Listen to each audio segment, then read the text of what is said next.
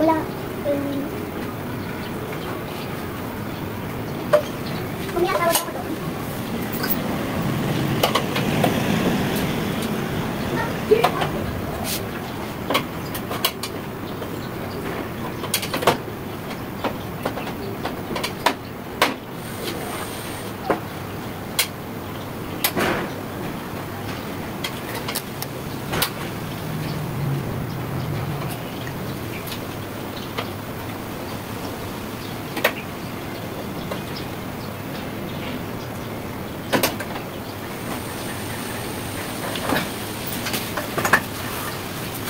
Natulog siya sa amin.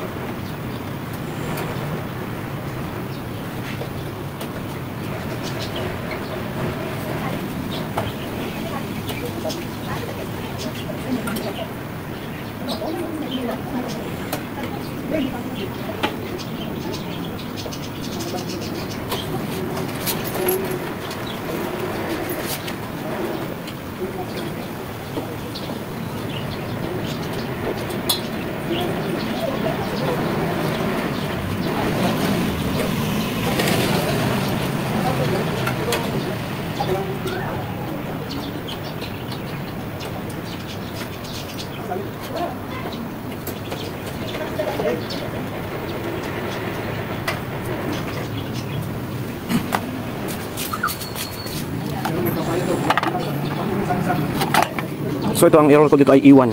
Mang-iiwan talaga. E1, kulin.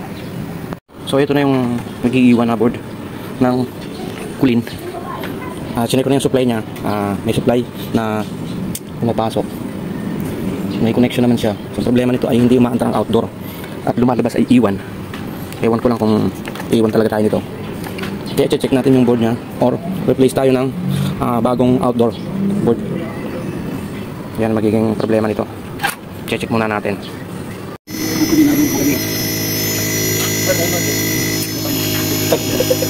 Compressor, fan motor, ayan, working na.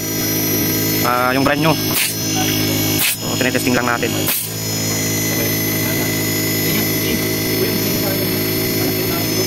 Okay. So ito yung board na sira, yung lumalabas na E1 dito sa ating nire-repair. Ayan. So, ito yung repair natin. Ayan na. Running good condition na. Ayan na, maandar na yung pan. Pressure, maingay lang. Gawa ng vibration. Ayan. So, ito na yung pinalta natin ng board na kulin. Pinalta natin ng bagong supply. Ayan.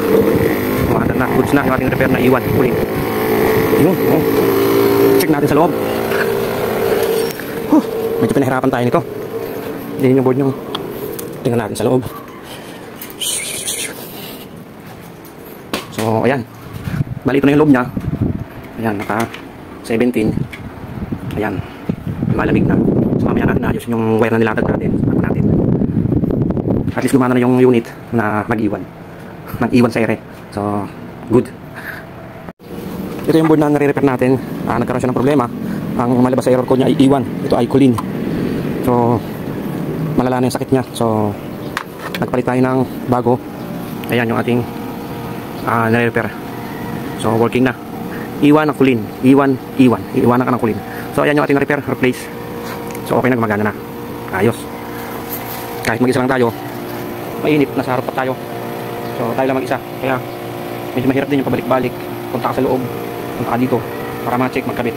Pero okay na naman. Nakabit na natin. Na-repair na. Goods na. So, okay na ito. Okay na yung kulin niya.